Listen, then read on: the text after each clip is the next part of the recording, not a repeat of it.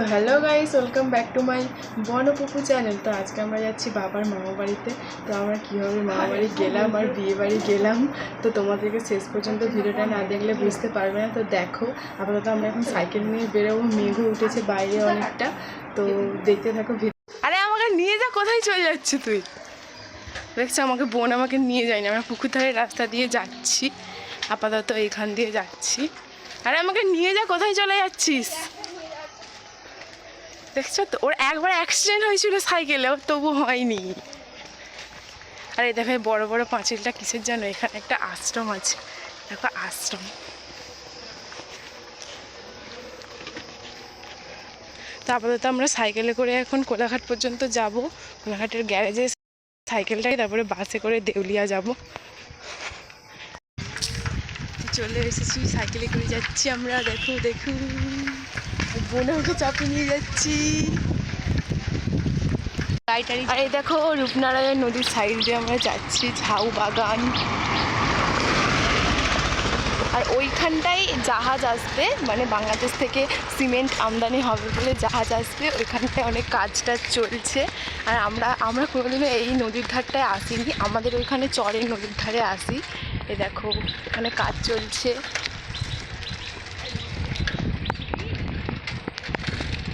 এই দেখো বড় বড় পাঁচিলও দিয়ে দিচ্ছে আজ এইবার। তো এখন আমরা ঢাল থেকে উঠতেছি, আর রাস্তাটা পুরোই ফাঁকা, দুপুরবেলা তো তাই রাস্তাটা পুরোই ফাঁকা। এই দেখো রাস্তা পুরো ফাঁকা, ঢাল থেকে উঠছি। তো তোমাদের সঙ্গে কোলাঘাটে গিয়ে দেখা হচ্ছে। একবারে বাস থেকে দেউলিয়ায় নেবে, তারপরে ওখানে ট্রাফিক সিগন্যাল পার হতে হবে, মানে অনেকগুলো গাড়ি চেঞ্জ করতে হয় আর কি। অনেক দিন পরে যাচ্ছি তো তাই একটু ভয় লাগছে, একা একা যাচ্ছি। তো তোমাদের সঙ্গে দেখা হচ্ছে।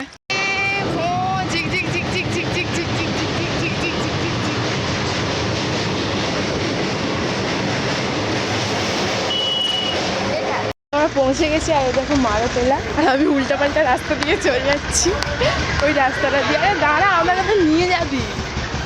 অনেকদিন পরে এসেছিল তাই ভুলে গেছি, টোটোয় উঠে খালি জিজ্ঞাসা করতেছি এইটা না ওইটা, কিছু নতুন নতুন নাম 4-5 বছর পরে এসেছি তাই ভুলে গেছি। রাস্তাটাও ভুলে গেছি, আমি অন্য রাস্তায় চলে যেতেছিলাম, বোন আবার আমাকে নিয়ে এসেছে। এই তো, আরে এই যে আমার ঠাকুমার বোনেরা সব শুয়ে আছে এখানে, ওই যে ঠাকুমা নাকি ঠাকুমা ঘরের ভিতরে বসে আছে। এখানে সব হাই করে দাও, একটু হাই, সবাই হাই করে দাও। আগে না আমরা খোলাগায় মারোতলা বলছি, আমাদেরকে পেরিয়ে নিয়ে চলে যাচ্ছে, আমি বলি দাঁড়াও এখানে। হ্যাঁ, আর 30 টাকা ভাড়া নিয়ে নিচ্ছে। হ্যাঁ 30 টাকা নেই তো? হ্যাঁ 30 টাকাই। সেদিটা কত?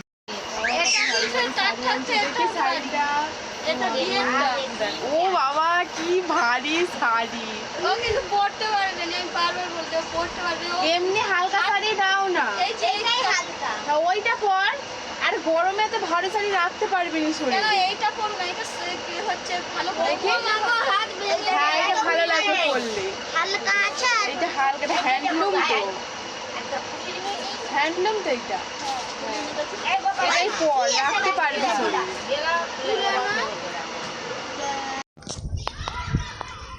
দেখো আমের আমসুটা খাচ্ছি, ঠিক আছে, আমসুটা খাচ্ছি। আর এখানটা এত সুন্দর হাওয়া দিচ্ছে।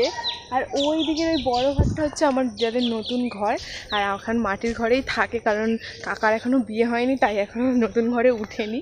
আর এখানে খুব সুন্দর হাওয়া দিচ্ছে, ওই একটু বাইরে ঘুরতে এলাম। আর তোমরা হয়তো ভাবছো এখানে বিয়েটা কোথায় হচ্ছে, মানে বিয়ে বাড়ির প্যান্ডেল নেই, বিয়েটা কোথায় হচ্ছে? আসলে বিয়েটা হচ্ছে আমার বাবার মামা বাড়িতে নয়, আমার বিয়েটা হচ্ছে আমার ঠাকুমার বোনের মেয়ের মেয়ে, মানে আমার সম্পর্কে দিদি হবে, যার বিয়ে সম্পর্কে দিদি হবে। তো শর্টেই তোমাদেরকে বলছি, তার বিয়েটা হচ্ছে অনেকটা দূরে হয়, আর রিসেপশন পার্টিটা আমার বাবার মামা বাড়ির কাছেই হচ্ছে, ওই জন্য বিয়েতে আসিনি, রিসেপশানে ভাবলাম যে অনেকদিন বাবার মামা বাড়িও আসিনি, ওই জন্য ওখানে ঘোরাও হয়ে যাবে। আর হচ্ছে রিসেপশন পার্টিটাও যাবো এখান থেকে হেঁটে সামনে 5 মিনিট, ওই জন্য সামনে 5 মিনিট বলে হেঁটে যাবো বলে ওই জন্য চলে এসেছি। আর এইখানে হচ্ছে খেলছে, সবাই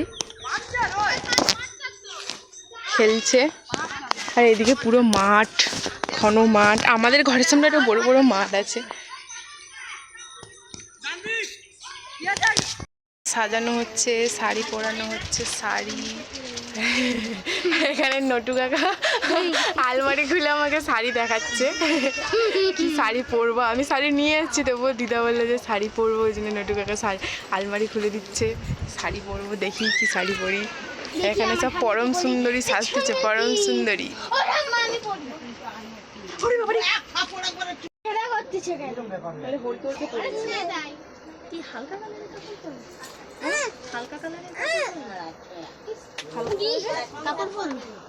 জন্য দিদি এখানে সবাইকে মেকআপ করিয়ে দিচ্ছে, এখানে একজনকে করিয়ে দিচ্ছে। আমরা চলে এসেছি বিয়ে বাড়ি। এই দেখো সব ঝান্ডা মুন্ডা নিয়ে এসেছি।